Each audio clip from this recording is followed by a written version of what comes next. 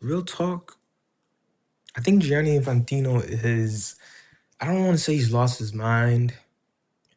I don't know if he has some sort of kink for just like outraging people. Maybe that's what it is. Cause there's no way you can well, then again, there's Trump, right? You can be theoretically just outwardly corrupt and like nothing nothing happens to you. Like you don't really face consequences. But I mean, this latest round of controversy is just madness. Like this is the definition of like taking the beautiful game from the people and just like ripping it away from them and like just scattering it for the scavengers. Literally. So if you haven't heard, if you're a normal person that operates in the world, you probably haven't heard what's going on. I heard this from Sky Sports News, and this is pretty damning and dire. Because if this guy gets his way, like football, as we know it, is finished. Football's done. I mean, like if you thought this was the most controversial World Cup, the one that just happened here in the United States, if you think this was the most controversial tournament, I can't imagine like 2030. Like, have you heard what they're planning for 2030? Like, this is not the topic I wanted to touch on, but I'll let me just brush this briefly. According to sources, Gianni Infantino, president of FIFA, wants to extend the pool of participants from what it is right now, 48, to 64. Yeah. He wants to make it a men's basketball NCAA tournament. Like, and for me, I don't think that's bad. Like, people, you can argue, oh, like dilution of the tournament. I don't think that's what happens. Because even with what we got, this expanded tournament, like, we got some great quality games. I mean, shout out to debutantes like Cabo Verde, um, trying to think. Um, there was another one, Jordan from Asia and Uzbekistan. Although I don't remember, like they didn't really have memorable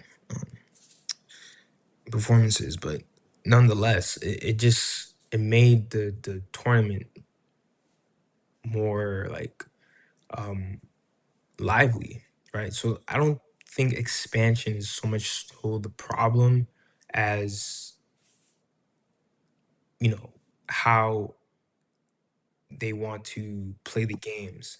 And essentially, I'm hearing that there's gonna be some games played in Uruguay and Argentina to commemorate the centennial of the World Cup. Um, and then I think the rest of the games will be played between Morocco, Spain, and Portugal, which I guess logistically that works because I mean those countries are like basically like one in the same. Um, yeah, but even still, I mean, there's controversy there. But I mean, what we're about to talk about is insane controversy. Essentially, Gianni Infantino wants to sell the World Cup. Yeah, yeah, yeah. Like this is some shit out of like some sort of dystopian comic book. Like this is some Doctor Doom shit. Like I'm trying to think of an equivalent. Like that's legit the equivalent. Like oh my goodness, this is crazy. And that's not even the worst part. So that's his plan. Like he's intent on selling portions of the World Cup. or like stakes of the World Cup to a private equity firm that is, I believe, led by Kushner, Jared Kushner's brother. Like, like I mentioned, you can be corrupt now. It's fine. Like, you can be corrupt. It's legal. That's not even the worst part, right? Like Trump family drama, like that's not even the worst part. It gets worse. Essentially, they're gonna vote on this, right? And with this plan, Infantino is saying that, oh, this is gonna generate a lot of money that your federations would love. And in order to entice you guys, this is my Italian. Sorry, I'm not racist. This is my interpretation and me trying to imitate Gianni Fantino. Your federations would benefit a lot monetarily. So in order to incentivize you guys to vote for this initiative and this plan, I'm going to give your federations 40, I want to say $1 million. I'll give your federations $40 million to develop football. Right? So that's like kind of the hook, line, and sinker. Vote for me and I'll give you money so that you can develop, your stadiums and infrastructure and your football generally. Right. And that's the money that you'd get if you know, approve of this plan to essentially sell away the game. And if you disapprove of the plan,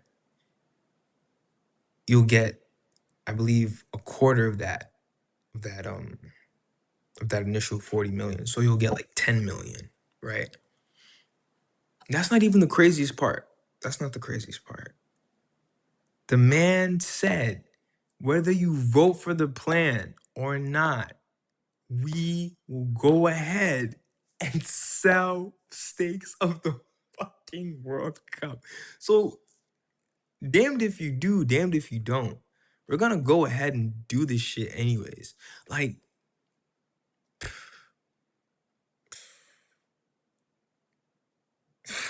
this is crazy. I don't know what to say. Like, I haven't heard. I can't even say it's been a while because it was like literally a month ago or a few weeks ago where the whole Balogun situation occurred. Um, the alleged favoritism of Argentina was occurring. So like it hasn't been that long. But like this guy stinks of corruption. Like even children can see it. Like I bet if I told this to my 9-year-old niece, she'd be like, "Yeah, that guy is not a good guy." Like even kids know this. So this begs the question, like, um, does Gianni Fantino survive this? Like, is I know like the football. So I think in March of 2027, they're gonna vote on whether or not he gets an extra like term to serve as FIFA president, and it's at this moment it's looking like a no because there has been calls to boycott the next World Cup, or not even the next World Cup. Yeah, I think any FIFA tournament. Um, like the continental footballing bodies are like staging or beginning to plan to stage boycotts for any upcoming FIFA tournament. UEFA, being the footballing body that oversees European football, has vehemently vehement v fuck that word, has strongly come out to oppose this initiative by Gianni Infantino. Also, I believe the footballing body in charge of North American football, CONCACAF, has also voiced its displeasure about this plan. Um, even I think the new prime minister of the UK, um, I don't know his. I think his name is Andrew something. Last name is starts with B, but yeah, even he's been vocal about this. Like, yeah, like your corruption is too much for us. So yeah, this really begs the question. Like, I don't think he survives this because, yeah, even I haven't seen, but he was like very defensive on a recent social media post. Like I think he kind of knows like he's like crossing the line here. And I remember like I think I wrote about this when it happened. Like this was like a little after the lockdowns. But I think the European clubs were trying to form like a super league, right? They thought that the Champions League wasn't enough for them to generate the amount of revenue that they wanted to. And so they wanted to create like their own league, um separate from the leagues that they already have been a part of for decades, like the Premier League or La Liga in Spain or Serie A in Italy. They wanted to create their own sort of like super league that all the big teams from the various European countries would just like join together and have some sort of like American style um, sporting league that didn't have promotion relegation. And the idea behind that was so that they could just, you know, make as much money as possible. And this is, I think this is worse than that because when you sell the most popular sporting event on the planet to um, Carlisle and all these private equity firms, essentially what you're doing is you're financially strangling the game, and you're only making it accessible to the very, very, very elite, like the 0.1%. And I don't know, man. I think this kind of bleeds into like a whole different conversation about like wealth concentration and how there's essentially an underclass being made, and we have like I don't know, like probably 3 4 years left to dig out.